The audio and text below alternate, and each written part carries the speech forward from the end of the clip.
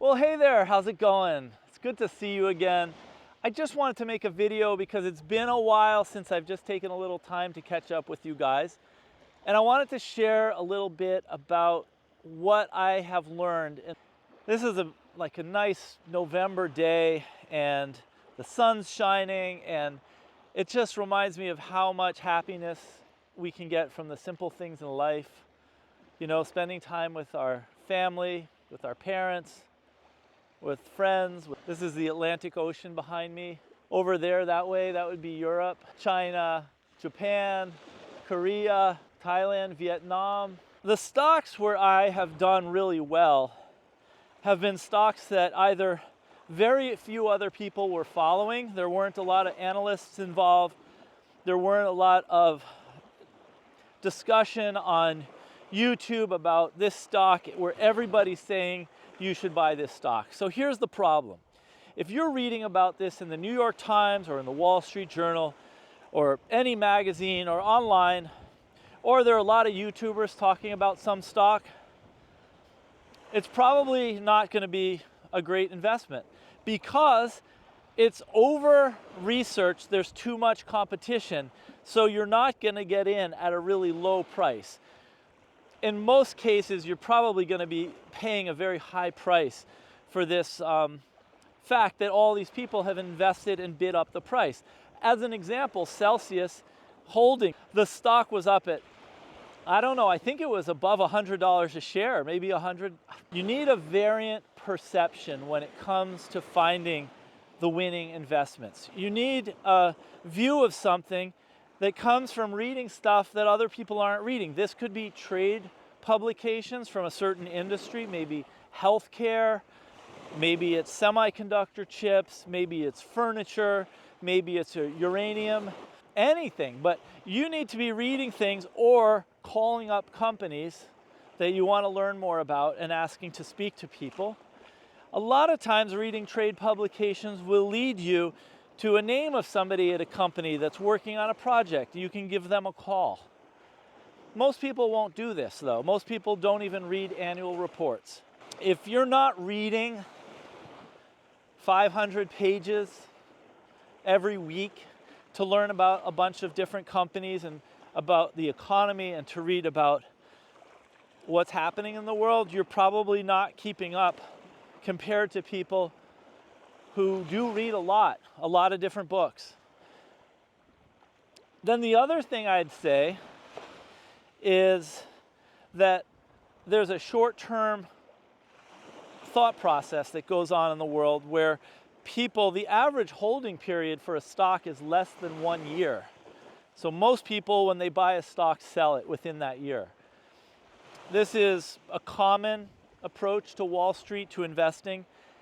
And so if that's your way of doing it, you're probably getting in and getting out at the wrong time a lot. It's very hard to time market bottoms to buy in or dips and then find the right time to sell. Nobody can do this with any kind of consistency. So the long-term approach, the ability to focus on a company, on a sector, and on holding something for beyond a year is a relatively rare trait, I think, this long attention span. And the third thing I just want to mention, because it's been useful to me, is keeping the number of stocks really small. I feel like if I own 20 different stocks or 25 different stocks in my portfolio, it's really hard to keep up with that many companies. So this is not to throw shade on any of you guys who own 50 stocks or 60 stocks, but the thing is, if you're thinking of buying now a stock number 61, is that your best idea? Because it's probably better, instead of buying stock 61, to maybe put that money into your best idea, or your number 2 or 3 or 4 or 5th best idea. But the idea that anybody out there, and this includes me, can have 60 great stock ideas is foolish, because nobody can know 60 companies that well. I own more than 20 stocks. The reason for this, some of my positions, I've owned them for more than 20 years, and some stocks more than 10 years. So those are stocks that I've bought and I'm holding them. For example, Berkshire Hathaway is one stock that I bought many, many years ago. And I love the company and I'm holding the stock. So some of my stocks are just buy and hold kind of forever. But as far as what I feel I can reasonably do now, I like about 10 stocks. It's enough in a portfolio that it's diversified beyond holding just 3 companies or 5 companies. So it's somewhat more diversified than that, but it's not getting so that I have so many companies that one of them doesn't make a difference. The thing I love about 10 is if one of these stocks goes up, it actually brings the portfolio up. It brings that value up, and it moves the needle on my portfolio's performance. If I own 20 or 25 and one goes up 10%, it's not really that big a deal. You need that variant perception, number one, a long attention span, number two, and a portfolio that's concentrated enough so that your positions actually matter. And it's really hard to find in an investing lifetime. If you can find 3 great stocks in your life, that's a great process that you have, because it's hard to find 3 great companies. You're looking at a lot of things that would make a company good enough to hold that long. And one of them, for example, is a moat. You need a company that has a really strong competitive advantage, that's able to grow their earnings over time, not just 3 years or 5 years, but grow earnings over 10 years, over 20 years. You find these companies, you're able, one of them, for example, for me is Berkshire, another is Amazon. You're able to buy it, and then you can just sit on your ass and not do anything, because you don't have to try to figure out when you should sell it. It's really hard. If you buy something, then you have to figure out at what time you're going to sell it, and then once you sell it, now you have to find out the next thing to buy, and it just goes on and on. But when you make the right decision on a company to invest in, and you do that once, especially if you're able to buy it at a low price, then you can just sit back and let the company do its thing and not worry about it. So I'm writing this book right now. It's taking a lot of thought, but it's a lot of fun, because I get to share this with the world, with other people, like-minded investors who want to kind of get the best of the best ideas that I've gathered from my time investing and put it together in a way that makes sense to readers like you guys. My best examples of concentrated investments and stuff that I was able to use a variant perception on, maybe a little earlier than most, was Vistra Energy and Constellation Energy, among others. But that's a place where I saw early on this year that the need for energy, the need for clean energy and in abundant supply would be something that the AI build-outs, the data centers would all demand. So getting into Vistra Energy and Constellation earlier this year were really good investments. And as you know, some of you guys who've been following for a while, I was reading a lot about trading and about using trailing stop losses. And I tried that with these positions early in the year, and I got stopped out because the stock prices went very high. But then there were times when the stocks came down. They just fell like 20%, and the trailing stops sold out of these positions. And that taught me something, which is I really don't like trailing stop losses.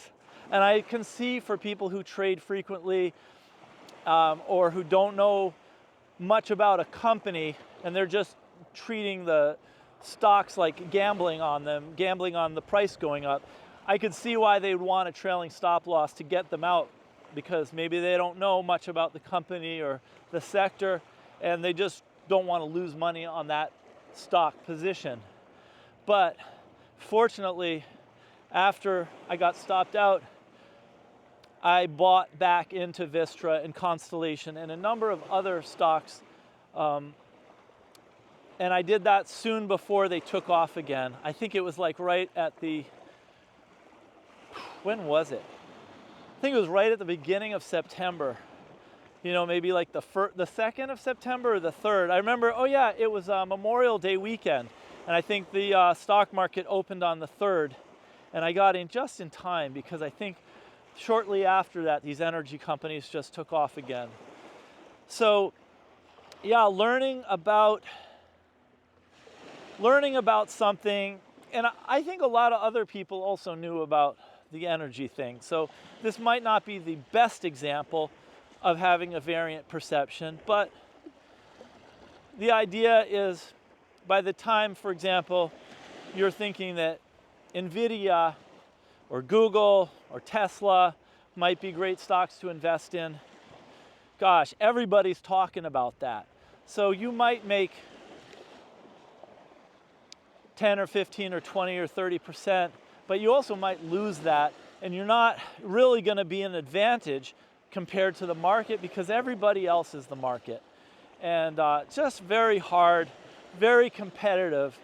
And I'd say the most difficult way to make money is also the one that most financial YouTubers suggest is the easiest way, but that's betting on a lot of these high-flying stocks. You know, I did a video recently about e.l.f. brands, or what's it called, e.l.f. Cosmetics. I think they call the company e.l.f. Beauty. And I've done a video about Celsius before, but these, to me, seem like the stocks that everybody is talking about on YouTube videos. And, you know, I just feel like once everybody's kind of in on it, the price tends to go high. And you really are not going to make as much money in stocks that are overpriced than you will finding something where the company is a great company, but the stock is still cheap. And so that's just what I continue to search for. I think it's a lot harder to do that today than it's ever been because all the information about these companies is out there. Anybody with a few seconds can do an internet search and learn. And that's what's happening is you have a lot of really bright, hardworking people researching stocks. So, you know, all the S&P 500 is very carefully sorted through. Every earnings release, people are on top of whether the stock is up or down, by how much, and rather the earnings, whether they're up or down, and the stock then tends to adjust to that right away. But I still believe there's a place for people who must have to have a moderate amount of obsession about stocks like I do, because you need to spend a lot of time learning about companies, and then usually for me it's the ones in the small cap arena, small or mid cap, where I find I do the best because they're often not as closely followed. You got to see the institutional investors, a lot of Wall Street, they have to follow the largest companies because those are the ones that, you know, all the institutional investors have to put $2 billion, $3 billion, $5 billion, $10 billion into these investments over the course of the year. And they can't afford to buy small cap stocks. It just doesn't move their investment needle enough. So their universe is Tesla, Meta, Microsoft, Apple, Google, Amazon, and on and on. So they're all buying and selling these stocks, and the price that they're selling for is usually approximately accurate. But that doesn't mean it's always accurate. And so really I think the only ways that I have observed to get in at good deals is the stocks that they're not following. And there are a lot of stocks out there. There are a lot of small cap stocks. There are a lot of mid cap stocks of companies that most people have never heard of. And they're generating millions of dollars in revenues and profits every year, and they're growing their profits. And a lot of them are businesses where you're a customer, you're buying stuff from them, or and you just didn't even really think about it because they're not as glamorous. Maybe they're not a tech or a semiconductor company. They're not making some fancy dancy product, but they're out there. So just wanted to make this little video for you guys and share a little bit of nature's beauty around me here today and let you know how much I am thankful to have you guys as viewers here on this channel, because one of the best parts of making YouTube videos is just the feedback that I see in the comment section, the questions people ask. Sometimes people ask me to do a video on some company that I maybe had never thought to do a video about. And a lot of times your comments lead me to do a little bit of research on my own, and I wind up learning stuff I never would have learned just on my own. So thank you for watching this. As always, if there are people jumping into this cold November water behind me, can't quite see them, but I can hear their screams. So yeah, if you have comments, put them down below. And I always like to read what you have to say, and I usually get back to you guys. If you like this video, do tap the little like button. Can you see I got my cup of Dunkin's coffee? East Coast thing. Everybody gets Dunkin' Donuts coffee around here. When you're on the West Coast, of course, it's Starbucks. But over here people go to Dunkin' Donuts. It's just a thing. Got my Red Sox hat. My Boston Red Sox. Go Sox! So thanks for joining me today, and I look forward to seeing you in the next video.